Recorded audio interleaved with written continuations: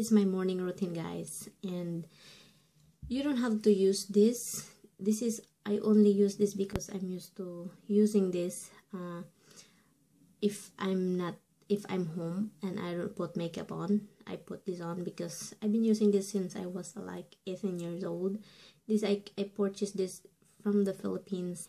If you're Filipina, you can buy it everywhere in the Philippines.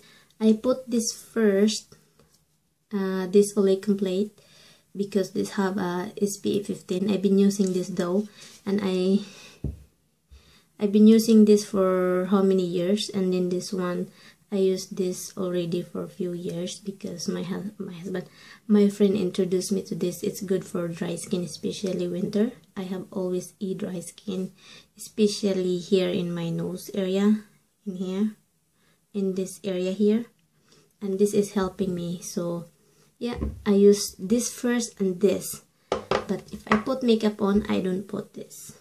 So yeah, guys, that's my morning routine. Thank you guys for watching, and I'll see you later. Bye.